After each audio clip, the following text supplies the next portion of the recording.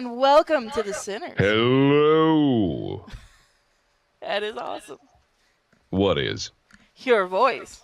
Oh, thank you very much. I have many of them.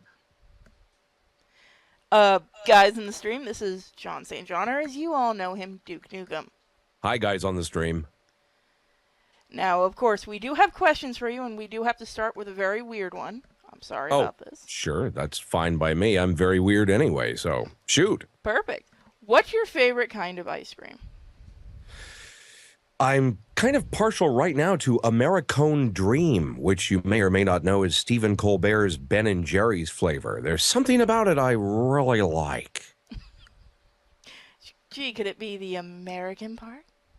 It could be, but actually my long-time favorite is mint chocolate chip. I just love that stuff. Every other voice actor we've gotten has said that. Is that a secret between all of you? You just sit around and eat that?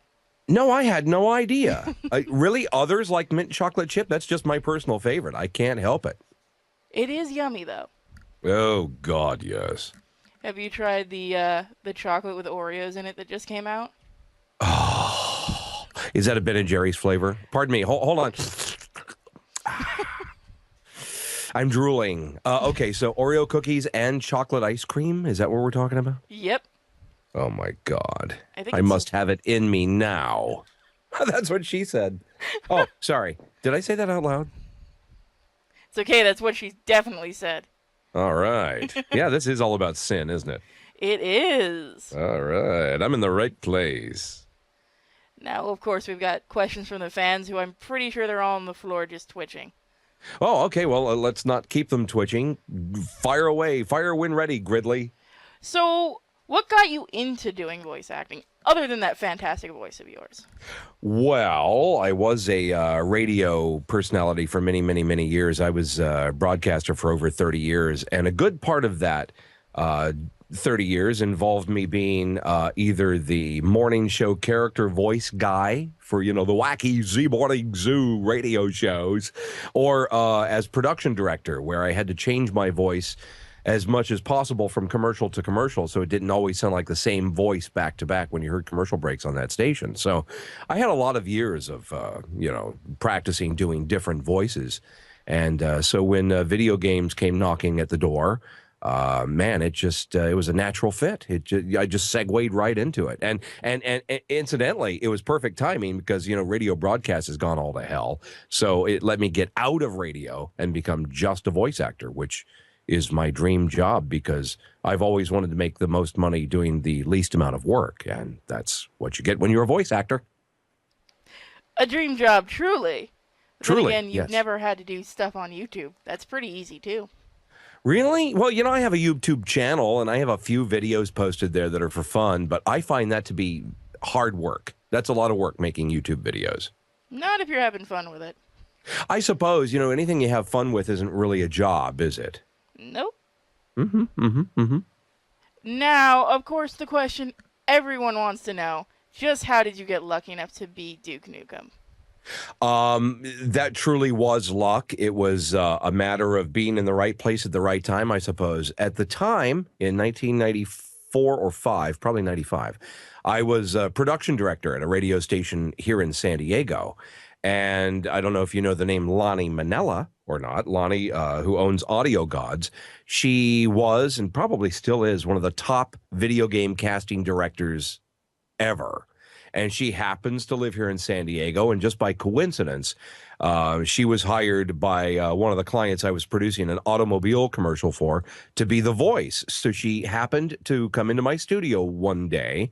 And in prepping and setting up the mic, for her session to do this auto dealer or whatever spot it was, she started doing wacky character voices, which inspired me to start showing off back at her doing wacky character voices. And she said, wow, you've got quite a range there. Have you considered voice acting for video games?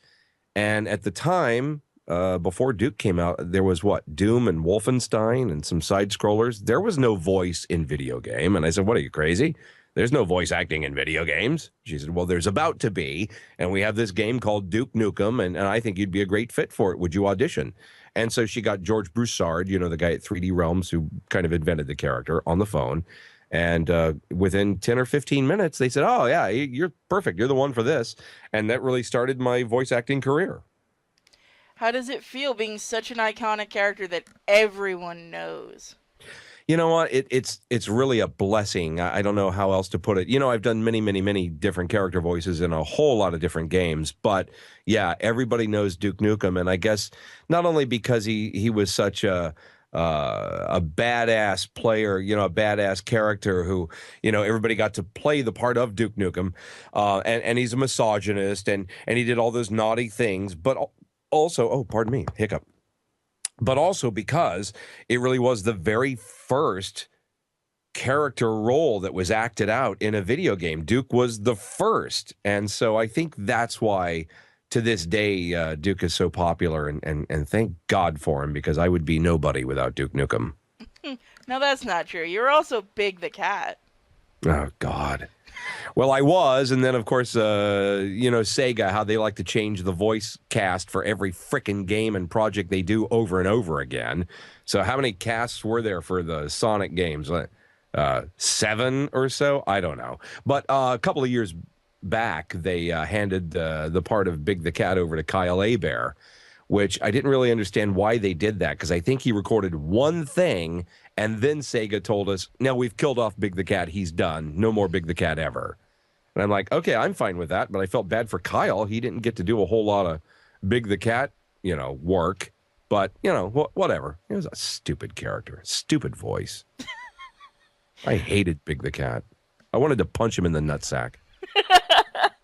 I'm not gonna. Well, yeah, actually, I couldn't stand him either. Yeah, go when ahead I and played. comment. I'm not quite sure why they made him other than for the frog, which was silly. I think it was just so you could take time out to fish instead of actually playing the game. I never understood why that was popular in video games. Well, hey, you know, Japanese wrote it, didn't they? They're strange. They are so strange. They are. Now, have They you are. actually played any of the Duke Nukem games? Oh, of course. God, pretty much all of them, you know, over time. I'm not a gamer, really. My kids like to play games. I don't so much anymore. I'm more into like the Need for Speed, Most Wanted, Hot Pursuit, those kind of games. Driving, racing, flying games like that. But the Duke Nukem games I played just because I thought they were hilarious. Duke Nukem Forever, especially. I mean, come on. You start out at a urinal going, oh, yeah. And then the next thing you know, you're picking up a turd out of a toilet and throwing it against the wall. Come on. Who does that? It's ridiculous. I loved it. How did you feel about the response people gave to Duke Nukem Forever?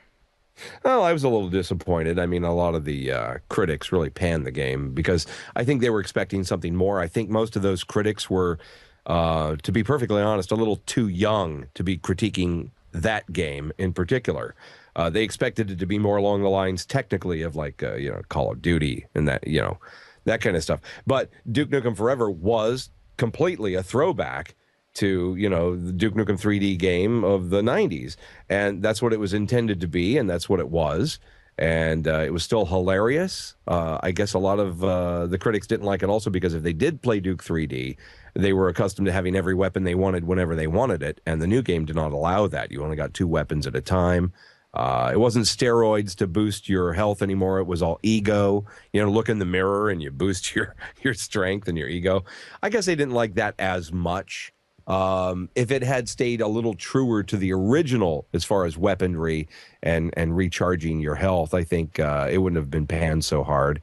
But again, a lot of the critics, I think, were just too young. They didn't. They may not have even ever played Duke 3D before they played Duke Nukem Forever and critiqued it. So perhaps a lot of them weren't really qualified to do so. That's just my opinion. I agree with that because we did it in our stream, and it had been the first time I played it.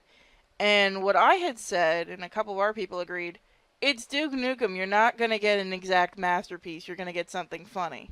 Mm-hmm.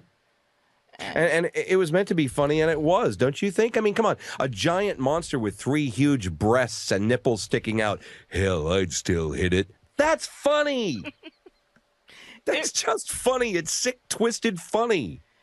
yeah, and that's basically the point of Duke Nukem. And it actually surprised me how many reviewers were complaining about that. Thank you for understanding. Well, I've been a Duke Nukem fan since I was really young. Because I had wonderful parents that played the game in front of me. Far out.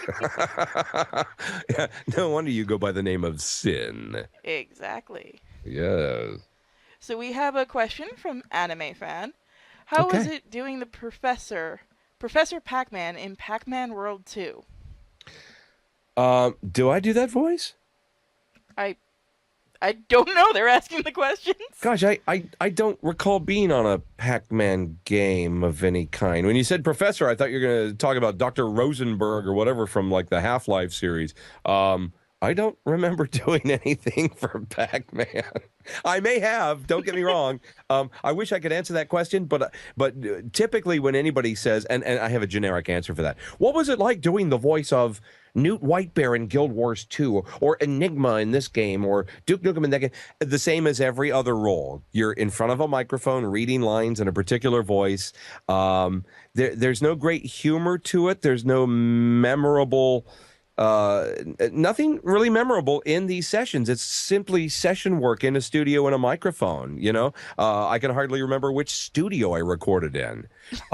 It's a different experience for the gamers because you're playing the game and you're experiencing, what's going on. As a voice actor, I'm just reading the lines and I don't even know what the situation is most of the time. I don't know what position the character is in other than a slight bit of direction that I get, from the director saying, okay, well, you're in close proximity to this person, so you don't need to speak loud. It's like you're talking into their ear. That's the only memories I have of recording the games. It's all kind of technical and in the studio and not very memorable. It's just another recording session, to be honest. I'm sorry that's such a lame, disappointing answer. It's But fine. I got to be honest, the life of a voice actor, it's not fabulous and fantastic every time you go into the studio. It's just, okay, can I stay in this voice and for how long can I do it? That's kind of the job. They stop shooting off the fireworks whenever you show up and bring in the limo. Yeah. Now, speaking of voice acting and going into the studio, do you have any funny stories from any of the work that you've done? Oh, from recording in the studio? Nothing really hilarious that stands out. I did some mocap stuff that was funny and unusual at the time. Some very early mocap stuff I did for 989 Studios, which I guess just became Sony Entertainment, whatever. That was early on and it was very strange. I guess losing my voice doing session work is always fun because I do have a very strong voice and I can go to a football game and scream, and I can go to a convention like last weekend I was at Youmacon in Detroit and just yell and yell and yell and yell and never lose my voice because I've had so many years of tearing it up that I've got a pretty strong vocal cord here.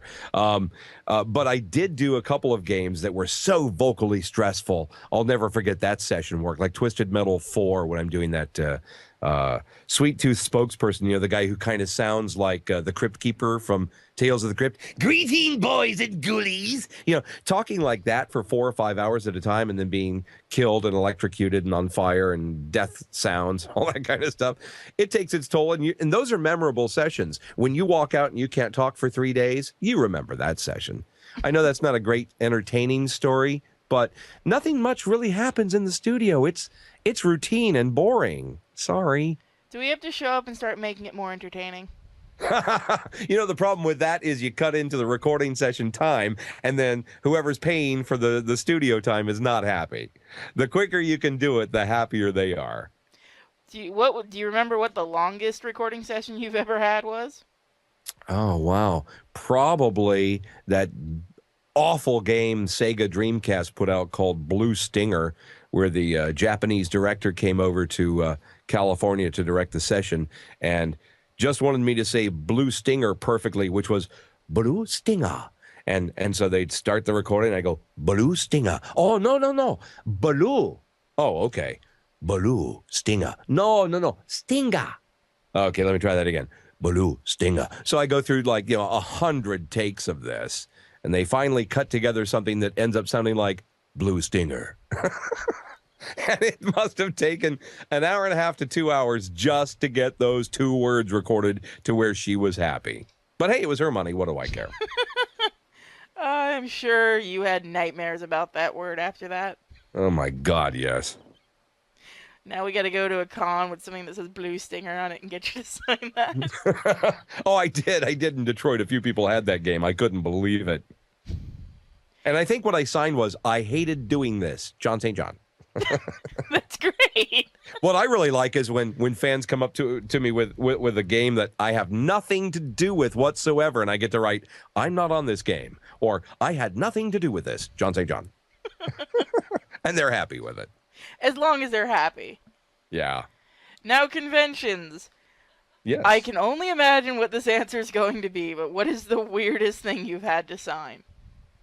Well, I've signed breasts and thighs and belly buttons and necks, and let's see. But the weirdest thing, in Detroit just this last weekend, I signed a chainsaw. That was pretty cool and unusual. Did they think you were Ash from Evil Dead? No, but I think they were getting everybody to sign it. But I got to be the first one, and I got the most prime spot to sign on. And I thought that was just unusual. Really, a chainsaw, nice. Sounds like Detroit is one heck of a place for conventions. Oh, it is. Youmacon is fantastic. That's a good time for everybody. Well, hopefully we can get you down here to one in Florida next year. So you Oh, can I'd hang like out to with do the that. sinners. My dad lives in Florida, so bring me down there. In fact, in February, I get to go to Virginia Beach, where my mom lives, for Ring of Fire Con. And it's a small con that's growing, but it's right there near my mom's house. So I get to visit my mom while I'm there. I think that's just awesome. You guys bring me down to Florida, I get to see my dad. That would be awesome. What part of Florida is he in? He's around Orlando. My dad actually works at Disney World. Oh, that's where I'm going in January for a You late will have birthday present. You will have a good time. But I hope you have a week to do it, because you can't do even half of it in a week. I got a year-long pass from the boyfriend. Oh, you lucky girl. Well, you're welcome to come with us. Okay, I'm there. We have extra room in the hotel. You gonna feed me too? I suppose just this once. Okay, extra room in the hotel. Is this like in a bed right between you two, or what? No, we've got the where the couch is. There's an extra bed because it's a weird hotel. Yeah, roll away, hide away. Yeah. Now let's see what the chat's been doing other than screaming in joy. Okay. Let's see. Reaper says, do you ever order food from fast food places or restaurants in the voice of a video game character just to mess with them? I do, absolutely. There's a Wendy's near me in Oceanside. I love to go over there and order in the Duke Nukem voice, because there is a fanboy who works there. And every time I come through and I go, yeah, I'll have a number 2, no onions, I can hear him, laughing in joy. Not even through the speaker. I can hear it coming out of the window around the corner. So that's always a kick. I've done that a few times in different character voices at different fast food places. But the most fun I have is when I go into a GameStop and I'm looking around, and the guy behind the counter will go, can I help you with anything, sir? And I go, do I look like I need help with anything? And he goes, oh my God, that sounds just like Duke Nukem. And I go, that's because I am Duke Nukem. And then they fanboy, they geek out all over the place. That is so entertaining. I love doing that. So how does it feel knowing that you have so many fans that love you and your voice? It's really nice, to be honest, because without the fans, I'd be nowhere, The fans have made my career, so I really have a particularly fond, I just a lot of love for the fans in return. I don't know why they unconditionally love me just as the voice actor. It kind of doesn't make any sense, but the fact that they do just makes me feel so special. Like I'm not deserving of this, but I do embrace the fans. I love having fans. And, when I go to conventions, I think I pretty much prove that. I love hanging out with the fans and having drinks with the ones that are old enough and sharing stories and signing whatever they want and taking silly pictures. And I do a lot of crank calls, prank calls for them. I'll call their best friend who didn't come and make fun of them in the Duke voice. And, I don't mind doing that at all, because the fans are really what made my career. I wouldn't be doing cons all around the world if it weren't for the fans. So I love them. Just from talking to you now, I can see why the fans love you. I've been a huge fan of you, like I said, since I was a kid, and this is just a joy. Aw, you're too nice. And I have to read this because this is great. Reaper said, 3 in bed with John St. John? What girl could say no? Hey, it's not like it hasn't happened before. Oh no, there's a story we need to hear. It's like, you know what? I use that line, not that exact line, but at YomaCon this past weekend in Detroit, and I'm sorry, I keep going back to it. It's just the memories are fresh. The man who's in charge of the entire con, a fellow named Morgan Collin, for a charity event, he said if they raised enough money for this charity event, that he would have John St. John shave his head. So I went around all weekend, people saying, "Oh, you're going to really shave him?" And I said, "It wouldn't be the first time I've shaved a man, and I'm not talking about me." I've actually shaved several other men. Come to think of it, it's a little weird. Okay. Yeah, you don't want to go there. It's okay. Yeah.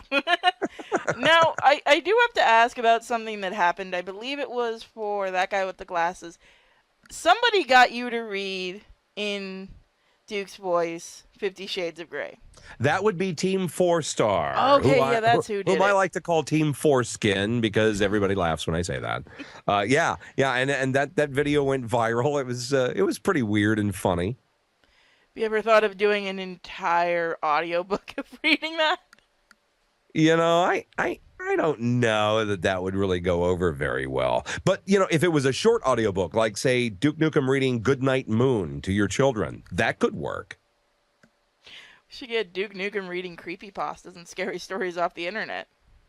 Oh, that's not a bad idea. Maybe you and I should talk after this interview is over. Definitely. I did want to. Okay. I was going to invite you at the end of the interview. Have you ever heard of Cards Against Humanity? I was the king of YomaCon because of Cards Against Humanity. There's a new king this year because I did not win the game. But at some conventions, we have what's called Guests Against Humanity. And of the dozens and dozens of games I've played, I've only lost 2 or 3 times. I'm pretty twisted. Well, we want to come invite you to play it online with us, and you're gonna lose. Yeah, you think so, but you don't know what a perv I am yet. No, they're saying that you should read Go the F to Sleep. Go the fuck to sleep. Did somebody want that? Is it? Yes. Okay, gonna have sure. to use Hey, that I'll as a say anything soundbite. they want me to say. You know, before our interview time runs out here. If any listeners have requests, and you know, for the Duke voice, I'll say anything you want me to say. Okay, say it as Big the Cat. Oh, come on! I'm not gonna Really? be that cruel. That's the worst voice ever. What's the matter, Froggy? You don't look so good, little fella. I hope you're happy now. How did it feel getting that part and being told exactly what the character was? Oh God, the casting director for that said, just do a stupid voice. I said, why are you casting me for a part with a stupid voice? Well, because it's the only one left and we really want you on this game, so just do a stupid voice. Something stupid like this? That's perfect. That's the voice. Oh no. That's kind of how it went. And you also did the robot, I believe. Yeah. Which, you know what? Those are the easiest roles you can ever have because a robot has no emotion and all you have to do is speak like this the entire time. It's not really acting, it's just reading. So that, you know, that's the easiest way in voiceover to make money is play the part of a robot that has no personality. An emotionless robot. I love those parts. See, guys, that's all he wants to do now. All I want to do is talk like Stephen Hawking for the rest of my life. No, that's not true. I Aw. want the acting. I want to act, baby. Do you have any roles coming up that you can talk about? All I can talk about right now, those that are not under, you know, the obligatory non-disclosure agreement, are I'm doing some new characters for Star Trek Online. And Guild Wars 2, we keep doing downloadable content because I love the way the company Blindlight thinks. They say, buy our game once, play it forever. In other words, the DLC is always free and they keep adding to it. I wish all of them would do that. I think that's just an awesome bonus to all gamers to be able to buy a game that's going to keep refreshing itself over time. But, of course, I say that because every time they want to refresh it, they have to pay me. If only EA would learn that with The Sims. Oh, yeah, right? I can't believe the new Sims is $70. I think that's nuts. Yeah, I do too. I agree. You know, because you're gonna. How long are you gonna play it for $70? Is it worth that? I mean, you got to look at playability and the time spent on the game. I guess. Oh well, maybe there is a $70 value there. But if you played all the other Sims games, if it's not greatly updated and advanced, then no. I think all they added to it was like a new look, and then you still have to pay $50, $60 for all of for each DLC that comes out. Yeah, and that doesn't make any sense to me. That's kind of a ripoff. I mean, I know they got to make their money, but wow, better value, make better value. Saying that, guys, still hire him to do voicing for EA. Uh-oh, just shot myself in the foot. Don't worry, I'm sure they'll never see this. Okay. So, Term asks, in the Duke Nukem voice, say, I'm tired of those... Oh, really? I'm sorry about this. He's asked go you ahead. to do, I'm tired of these motherfucking snakes on this motherfucking plane. Oh, hey, why not? You know, Samuel L. Jackson took that role in that movie just to say that line. Did you know that? It would make sense because the movie wasn't too good. Yeah, oh, no, it was a stupid movie. I mean, great concept. I mean, what could be more terrifying than be stuck on a plane that's all screwed up that also is loaded with poisonous snakes? I mean, that's a nightmare in the making. But I remember seeing him on, I think it was Late Night with David Letterman, where he said that was the reason he took that role, was just so he could say that line. But okay, since Samuel L. Jackson has replaced me as the Badass Pack announcer in Heroes of New Earth, now it's my turn to get even somewhat by reading one of his lines and taking credit for it. So, I'm sick and tired of these motherfucking snakes on this motherfucking plane. Woo! I hope that made him happy. Oh, they're asking you to do the Amnesia Dark Descent voice. Oh, wow. Well, I think I was just the trailer announcer on that, wasn't I? I'll be honest, I didn't even realize you were in the game. Yeah, I think I had a minor role in the game, but I was the narrator for it. And to be perfectly honest, without having a reference file to play right now, I can't remember what that voice was. You know, when we go into the studio to do session work, like when I go up to do Guild Wars 2 downloadable content for Blind Light, the first thing they do when I get into the studio and put on headphones is play a reference file. Like they'll say, okay, you're going to do Admiral Kunkka. Here's a reference file. And they play a file from the previous session I did months earlier where, this is Admiral Kunkka. And they go, oh, okay, yeah, I know that voice. Okay, I'm good to go. So, like, it's hard without a reference file of what did I sound like on Amnesia, The Dark Descent, to do that voice, because I don't recall what the voice was. Sorry, listener, to disappoint you. Oh. Aw. I'm sure they forgive you. They said you were Victor and Basil. Basil? Oh, Victor and Basil. That's right. That's right. I don't remember those character voices either, to be honest with you. I've done a lot of different voices, and the director always tweaks it, you know, during the session, saying a little more gravel, pitch a little higher, you know, that kind of stuff. So I really don't remember what the voices are. I apologize. They forgive you. Otherwise, they're going to get smacked. That's nice. I guess as long as I remember the Duke voice and that frickin' Big the Cat, everybody's happy, right? I don't honestly know why they made you do that. But hey, at least it was a good voice actor. Because they think it's funny. They think it's funny. They'll get a kick out of this then. You know, the first two games I ever did, I did Duke Nukem 3D, and the second game I did was the Candyland board game. I'm picturing Duke Nukem in Candyland. No. Duke was not in Candyland. I was Gloppy and Jolly and Lord Licorice. I was the bad guy. That is great. I love playing bad guys. But yeah, to go from Duke Nukem to Candyland Adventure Game back to back, that's a little weird, isn't it? Yeah, really. I didn't even realize there was one for Candyland. Oh, yeah. I'm most of the male cast. The only male part I didn't play was King Candy. They had somebody else play that part. Oh, you weren't wacky enough? I guess not. And they're asking for the Call of Cthulhu voice, if you can remember it. I can't. I'm so sorry, you guys. I need reference files to be able to do these voices, because I just don't remember what they are. I can do Bloodseeker and Enigma. No, I can't do Enigma because it's artificially enhanced. But like Bloodseeker in Guild Wars 2 sounds Hispanic and yet threatening. Or Admiral Conca, who is sort of a takeoff of Patrick Stewart. You know, Captain Jean-Luc Picard of the Federation Starship Enterprise. And that brings up something interesting, if I may go off on a tangent for a moment. Go ahead. It's all You yours. know, I do mostly commercial work, commercials and infomercials and radio and TV station imaging. I do 90% of my job is commercials. About 10% is video games, okay? So I couldn't help but notice recently when I was watching TV that there's a car rental company called National who hired Patrick Stewart to be the voice. So he's, Choose any car in the aisle and go like a pro business traveler. maybe you've seen that one. My question is, why did National hire him to do that when there's an Enterprise rent-a-car? For God's sake, you could have been, This is Captain Jean-Luc Picard of Enterprise Rent-A-Car and Engage. Or make it so, number one. why is he doing the voiceover for National? I don't understand it. It just seems wrong. Because poor choices. Or National just hired him away so he couldn't do Enterprise. Aw. Brilliant, right? That would be the way to do it. Exactly. Now I really want to see him doing one for Enterprise. I know, wouldn't that be something? In They'll the never hire him uniform and away. everything. No, that would be awesome. Alright, they're asking for, and this will be the last request, guys, for other voices. Half-Life Blue Shift.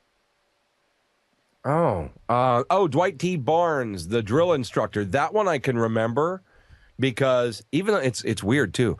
The character in the video game, I think, is African American, which is weird because they said the voice is going to be based on Arlie Ermey's performance in Full Metal Jacket. I don't know if you've seen that movie, Yes, but I he have. was the one. Oh yeah, What is your major malfunction, son?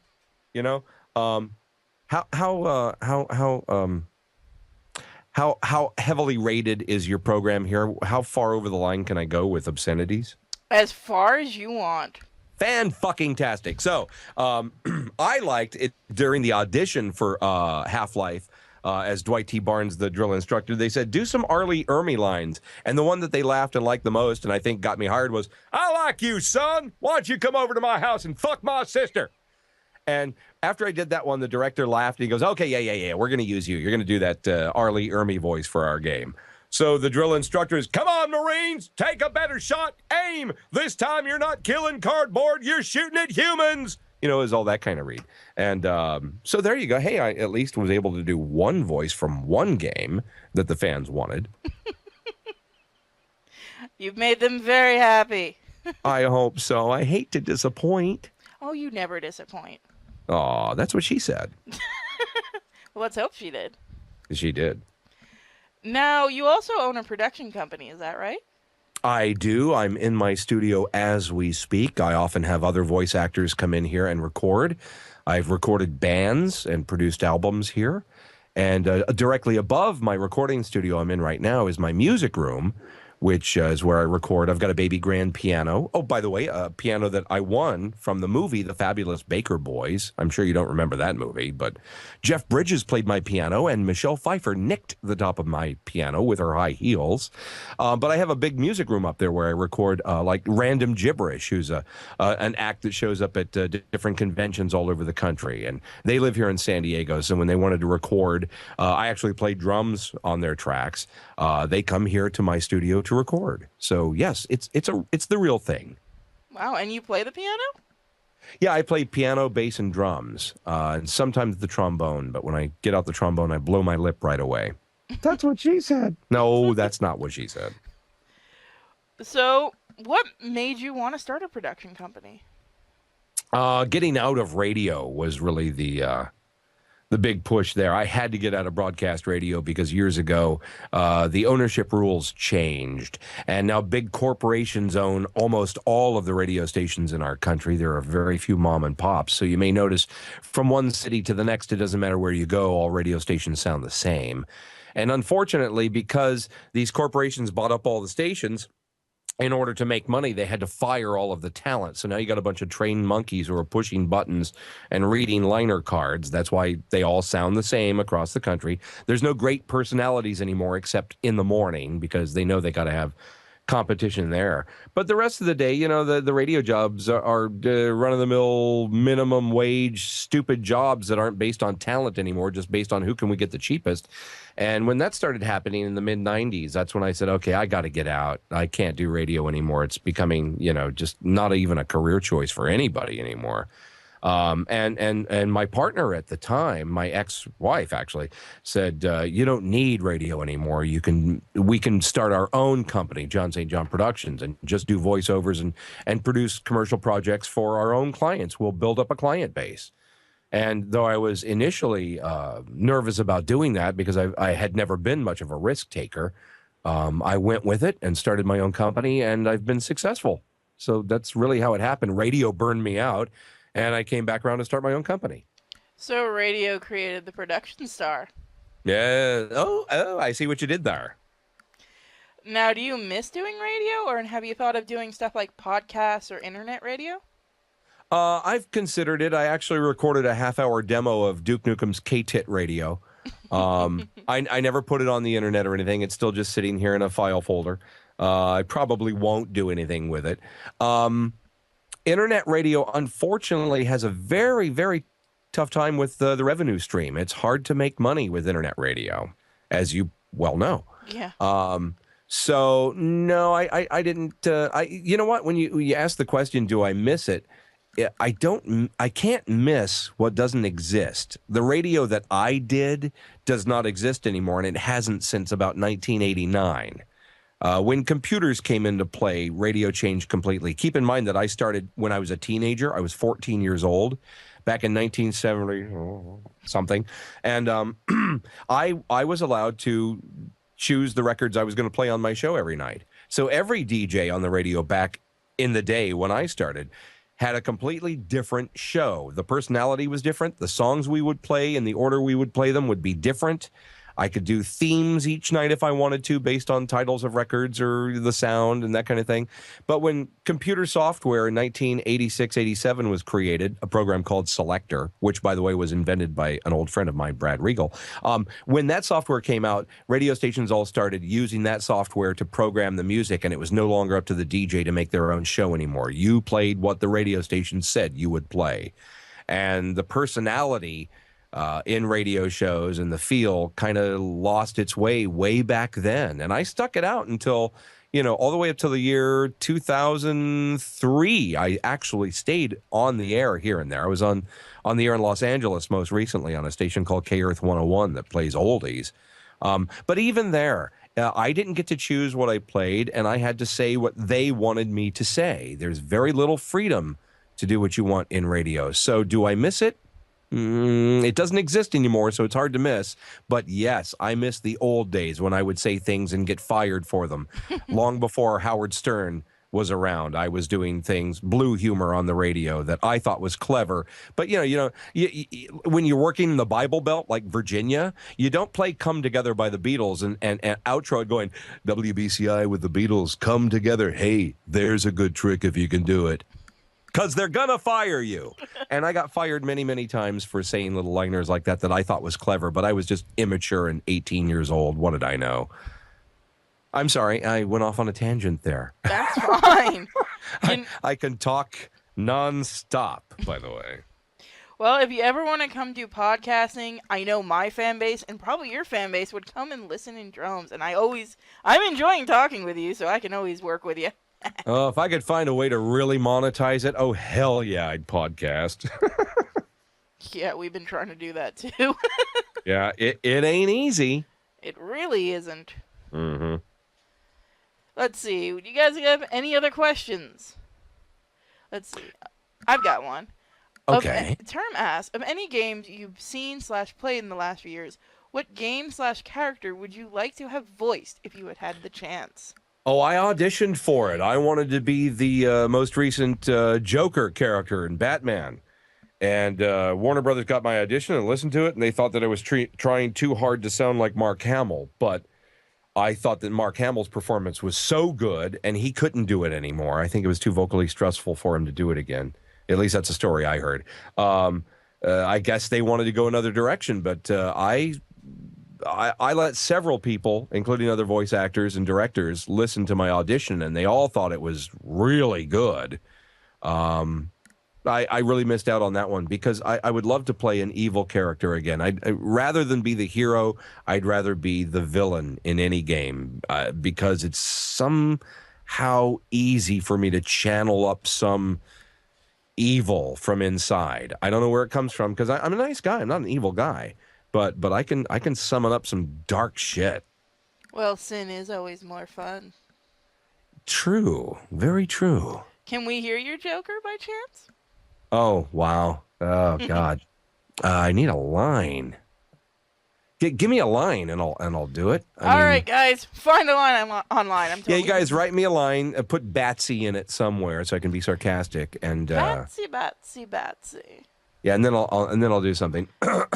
I'm just getting over a cold here, so my throat is really raw, but I think I can still do it. Aw. I'll try. It's kind of funny. They told you they didn't want someone that sounded like Mark Hamill, and yet I love the voice that they're using right now, but it sounds like Mark Hamill. Yeah, who did get the part? Darn it, I don't recall. Troy Somebody Baker? just told me. Is it Troy Baker? Yep.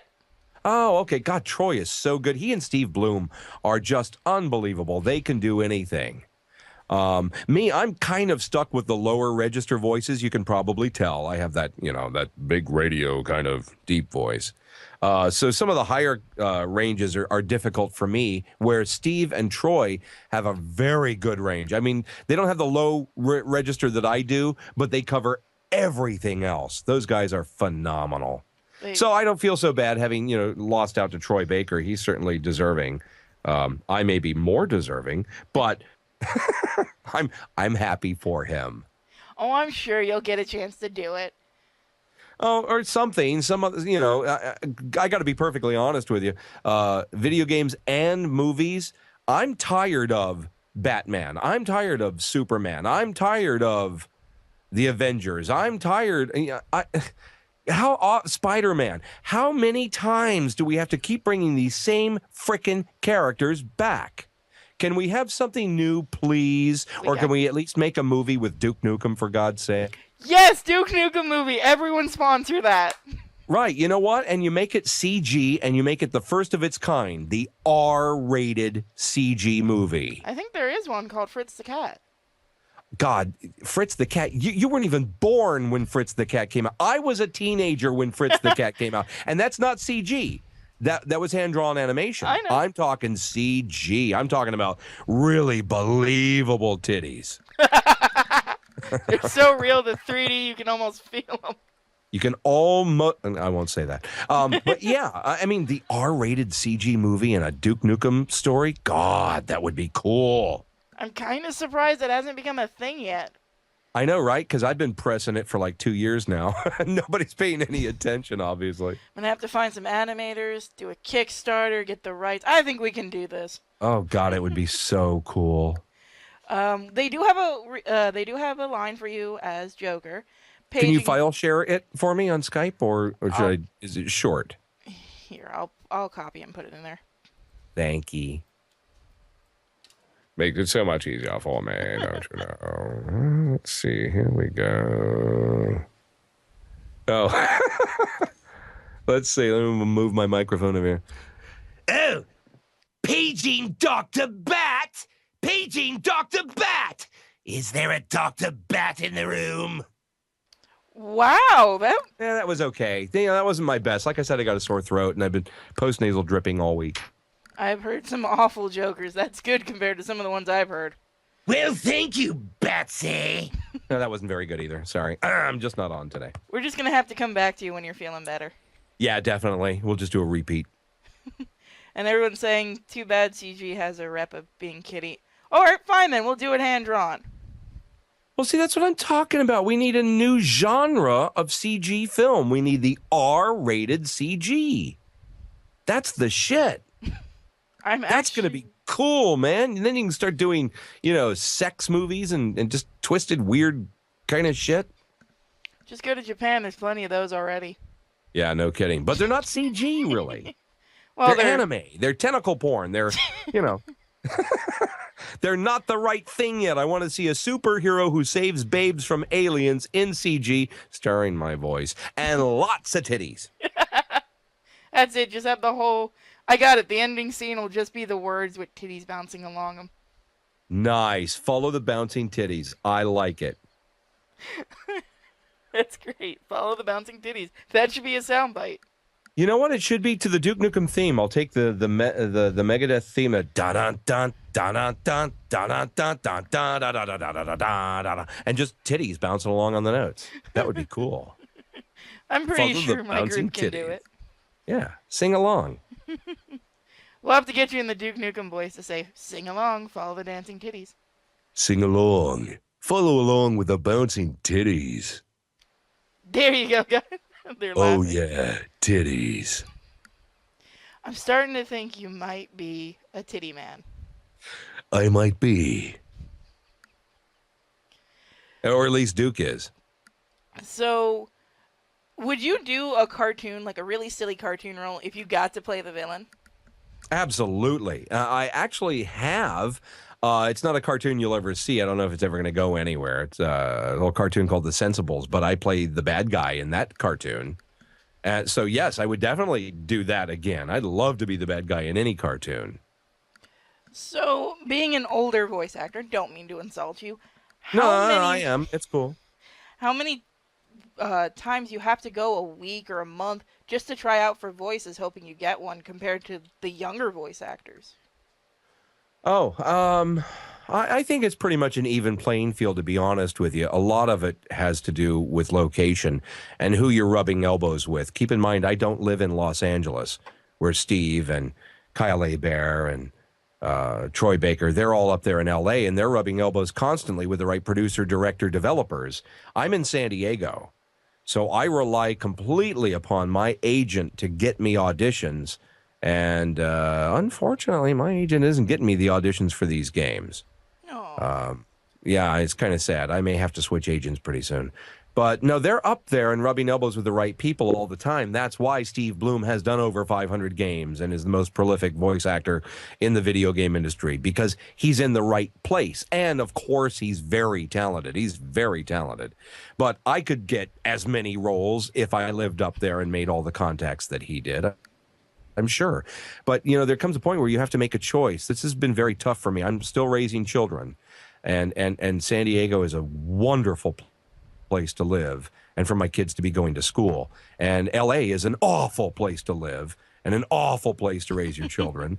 So I've had to make tough choices over the years. I know my career could be much bigger than it is if I lived in Los Angeles, but quality of life for both myself and my children is very important.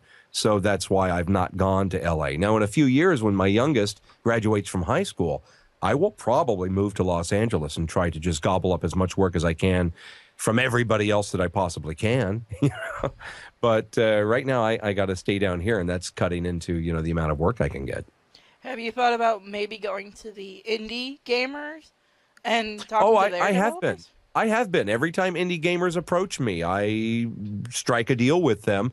You know, I'm not trying to get rich doing video games. I enjoy doing the work. So when indie gamers come to me, I always work out a special price for them that they can afford. Let's face it, the indie gamers don't have deep pockets. You know, it's hard for them to get their games out there and to come up with the money.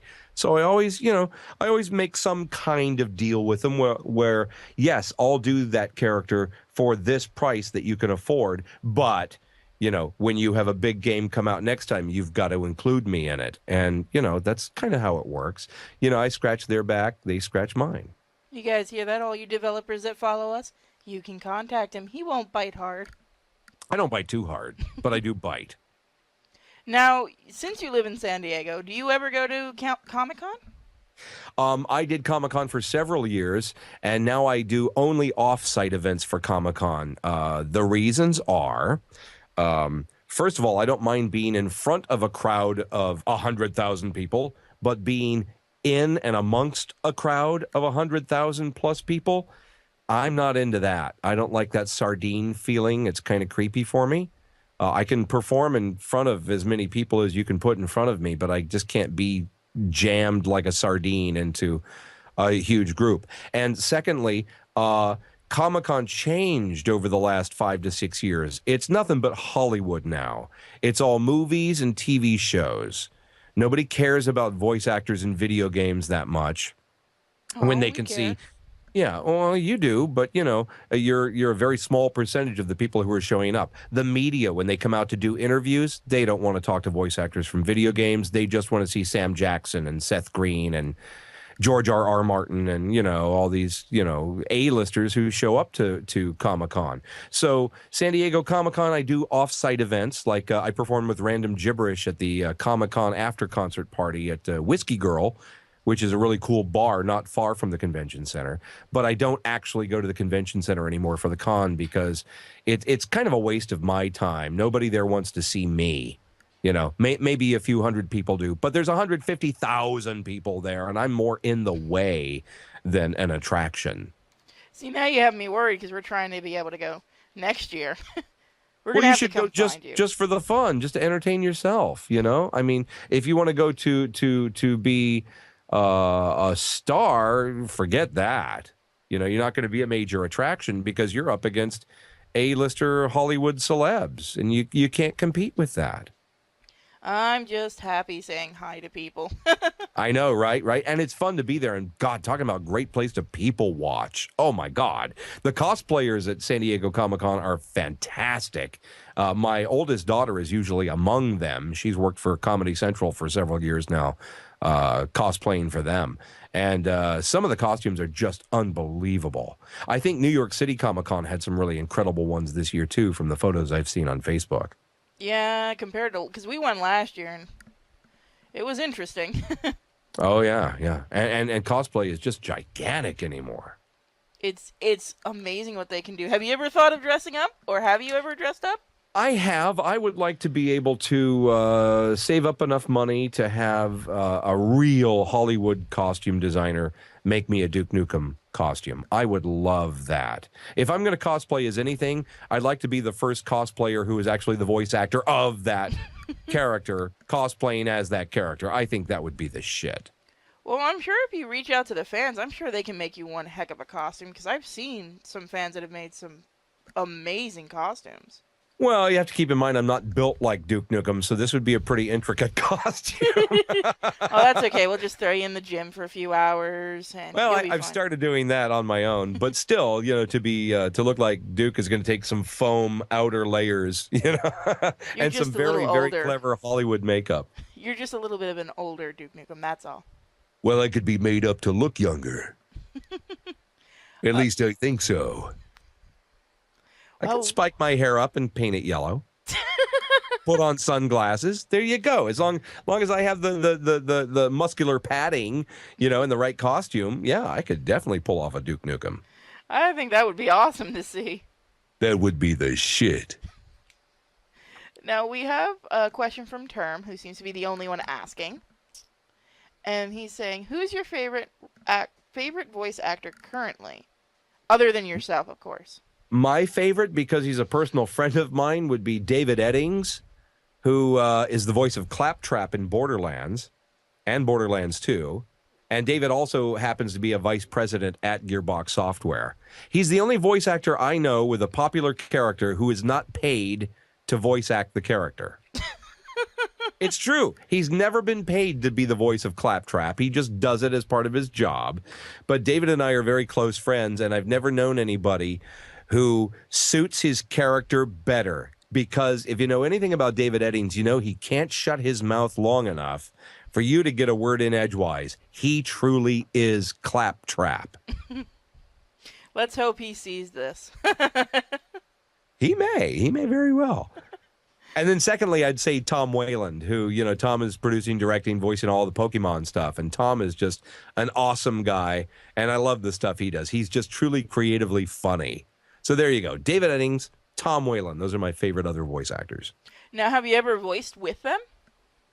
Yes, I have. David and I voiced stuff together for the Interactive Video Game Awards show a couple of years ago where Duke Nukem blows up Claptrap. I thought that was just hilarious. And Tom Whalen and I have been on panels together, different conventions where we're doing character voices from scripts that fans have brought up, or just impromptu voice acting performances at conventions. And so, yeah, I've performed with both of them. I have to look up that Duke Nukem thing later. Oh, yeah. You'll find it. Reaper asks, ever mute videos or games? Put on subtitles. What? Oh, and do the voicing yourselves. I see. Oh. It's like, does he that ever would be- voice what? Or does he ever mute what? That would be kind of funny. No, because I'm not really much of a gamer. I don't have enough time to play games. I wish I was young and carefree and didn't have to pay all my bills, that I could spend more time playing games, and I would probably try that. But no, I can't say I've done that. I can tell you, though, that while playing some games in the past, in the Duke voice, I've had expletives come out. When I screw up, I'll go, oh, shit. You know, that kind of stuff. Now you're doing that character. Have your kids played the Duke Nukem games, and how do they react knowing their dad is Duke Nukem or any of the characters? Oh gosh, that goes way back. My son was, 9 or 10 when Duke 3D came out, and I let him play it unrestricted. But no, my kids, they grew up with their dad being a voice actor, and my voice being on TV and radio and games and theme park voices and stuff that they've heard and seen many, many, many, many times. It doesn't mean jack shit to them. They don't care. Did you used to read It's the stories same to as them? if I were a plumber. I could be a plumber and it would be the same thing. They don't care. However, I will say that all of my family members have gotten plenty of mileage out of Duke Nukem. My brothers love to brag that their little brother is Duke Nukem. And my son used to, toss me, when he was in high school, would toss me his phone and go, hey, Dad, Duke this guy. His name is Tim. And I'd take the phone and go, is this Tim, you little pussy? What are you doing hanging out with my son? Just threatening stuff like that. That's just prank calls. Oh, can you adopt me? Are you legal age? I am. How old are you? I'm 27. Oh, you come here often? What do you like to drink? Can I buy you a drink, sweetheart? I'll take a martini. All right. You want that dirty, I bet. Of course. Oh, yeah, baby. Shaken or stirred? We better get off this before the fans have it. I'll shake your shit up, baby. Teppa asks, have you considered doing something like gag dubs for movies, cartoons, stuff like that? No, it's never been suggested before. But you mean like the old I can't remember the name of it. Mystery Science Theater? Well, thank you. God, why couldn't I say that? Yeah, Mystery Science Theater. You mean a la Mystery Science Theater? Is that what we're talking about? Yep, something similar to that. Okay, yes, I've actually done that at conventions where they take movies. Like, let's see, I think it might have been MagFest, might have been A&G Ohio. I can't remember. Maybe Kineticon. Well, one of the cons a couple of years ago, they said, we want you to participate in the panel. What is the greatest movie ever made, and why is it Die Hard?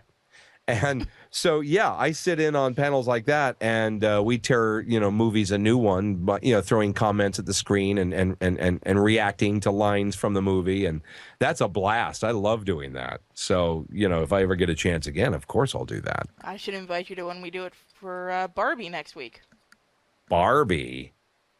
They chose Barbie? it, I didn't. Yeah, there are Barbie movies, and we rip them apart. Oh, my God. Yeah, I could tear Barbie a new one. See, that didn't sound right at all. I could tear Barbie a new one. Is that better? You know what really sounds wrong? You want to hear a line that's really wrong? Phil, go I'll for it. tear that baby in half. Have you ever seen the movie Serbian Film? That long pause tells me that you were just creeped out by that. Fantastic. There's a movie called A Serbian Film, and all I have to say, most of you will get this quote because I've shown this in the streams. Newborn porn. Oh, great. So I'm the only one left out. Oh, you don't want to see that movie. You don't know me. I bet I do.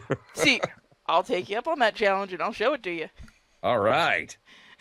And you've creeped them out. Congratulations. Thank you, thank you. I've exceeded my own expectations. Now, there is a group that does something called Rift Tracks other than us.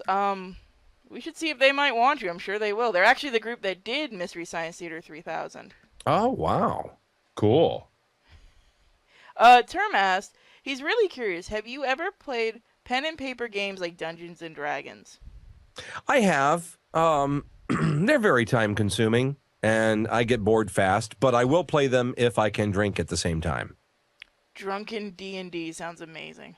Exactly. By the way, I do several voices in D&D Neverwinter. Available now for download. Go pick it up, guys. Thank you. Help put my kids through college. Oh, I'm pretty sure we've given you enough money. Now, No, not yet. do you There's never actually enough make money? Never enough. Do you actually make money on copies of any of the Duke Nukem games sold as, like, royalties? Oh, no, there's no royalties in video games. It's strictly, a buyout deal when you do the game. Duke Nukem is actually the only one that I get to negotiate my own price with. So the next time another Duke Nukem game comes out, I will name my price and hopefully not have to, bat it back and forth with them until they're happy. But any other game, whoopsie. Oh, sorry, did not mute my telephone. That's my ex calling, so I'm going to skip taking that call. No, there's no residual payments. It's a one-time buyout. And usually it's union scale because a couple of years ago, all video game work became unionized, which is very nice. Because we used to get paid hundreds of dollars. Now we can be paid thousands of dollars for a game. And that's much more fair when you consider the amount of money these games are making. Wow, and then I think of how much I made on the video game I voiced in, and I feel bad. Oh, don't feel bad. Just keep doing more. I've been trying. It's not easy. I hear you. Now, I know that there was a trailer for a Duke Nukem game last year or the year before. Do you know anything about it actually coming into fruition? Oh, well, that would have been, I don't know how much about this I can talk about, but that would have been, there's been lawsuits between 3D Realms and Gearbox Software for quite a while, and it's been over one title, which is Duke Nukem Mass Destruction. And that's the game that you were expecting to see, the one they were making the trailer out of. But because of the lawsuit, they had to abandon that title and turn it into the game called Bombshell, which doesn't even star Duke Nukem at all. It's now a woman called Bombshell, obviously. And I do some voices in that game, but that's the one that was converted from a Duke Nukem game to a Dyke Nukem game. No, I'm sorry, to Bombshell. That's the one you're referring to. It's okay. We all know she's just a female wannabe Duke Nukem. That's okay. I think it's a pretty cool game. I mean, the look is good. The playability is good. The lines are still pretty cool. It's just not Duke Nukem. So, nobody won on that one because nobody gets to own that title yet. They're going to fight about that for years, I'm sure. Wow, they're still fighting about that? Yeah. You get lawyers involved. What do you expect? Another 10 years and maybe we actually will get another Duke Nukem game. Yeah, well, it could be another 14 fucking years for all you know. I'm hoping not. I'm hoping they're getting close to a settlement. And also, now that Interceptor bought 3D Realms, they're free to create their own new Duke Nukem games because they own Duke Nukem now. Everything except Mass Destruction, which is what they're fighting over. So maybe it could happen in the next couple of years. We could see a modern Duke Nukem shooter game, which would be just the shit, wouldn't it? Oh, and on PlayStation 4, I could just imagine how amazing that's going to be. Oh, yeah. Really rich. Totally be a rated M game, like triple M. I can't think, is there one higher than M? Need to make R-rated video games, for God's sake. I think there's like an A rating, but I don't know if it's ever actually been in effect. For assholes only. Now, Reaper asked, because he's Irish, what's your favorite beer? I'm not a beer drinker. Sorry to disappoint. Only hard liquor. There's something either in hops or barley that does not agree with my stomach, so I can't keep beer down. Isn't that weird? It must be an allergy of some kind. But, let's talk liquor. I like Jack and Coke. I'll drink Jack Daniels. I like vodka a lot. I used to drink vodka Red Bulls until my doctor said, stop that shit. That's stupid. So I stopped doing that shit because it was stupid. But I still drink vodka like it's going out of style. I love shots of Patron. I'm not much of a drinker, so. Okay, so you don't get any of that. I know what vodka is. And Reaper being a beer drinker is like, oh, you don't drink beer, whatever. Well, he's Irish. He probably drinks vodka and all that too. It's quite possible. He said, coming soon for the PlayStation 5. Duke Nukem took forever. That's a good title. I like it. They're And with telling me that- there is an adult-orientated rating. Rated T for tits. No, teens. Rated T for teen. See, now we know what to bring you if you come to a con here. We'll just bring you a whole bunch of vodka and let you do a panel right after you get drunk. There you go. Actually, I drink during my panels most often. Really? Oh, yeah. They don't seem to mind. We have heard stories of people. Do you actually eat any of the food that fans bring you? I have, though most other voice actors go, what are you, stupid?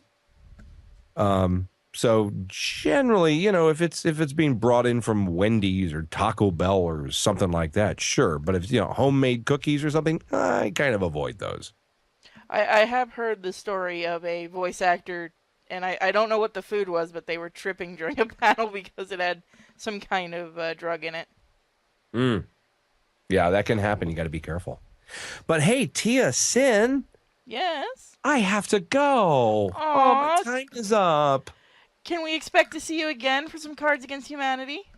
Oh yeah. I hope to play in around at several different cons. In fact, let's see, I got Ring of Fire Con in Virginia Beach in February, and then there's T-Mode in Rockville, Maryland, early April, and then there's Midwest Media Expo the following weekend, which is in Detroit. And I'm booking conventions all over the place. Unfortunately, I won't be at MagFest this year. I was hoping to be, but they have uninvited me after 5 years and have been the king of MagFest. And even being on staff, for some reason unknown to me, I've been uninvited this year. So I won't be doing that one, but I am booking conventions. And if you have listeners out there who want to see me at a convention near them, tell them that they need to contact somebody on the board at that convention and just request that I be a guest. And then, you know, when they contact me, I'll work out the details and I'll come see y'all. You guys know what to do, and next time we see you, we're going to play a little online Cards Against Humanity. Thanks for joining us, and if you wouldn't mind giving us one shout-out. One shout out. Okay, what do you want it to be? In the Duke Nukem voice, say, you're listening to the Sinners, fucker. Oh, yeah. You're listening to the Sinners, fucker. Thank you so much, and we'll see you again soon. My pleasure. Have a great day. You too. Okay, bye-bye. Bye.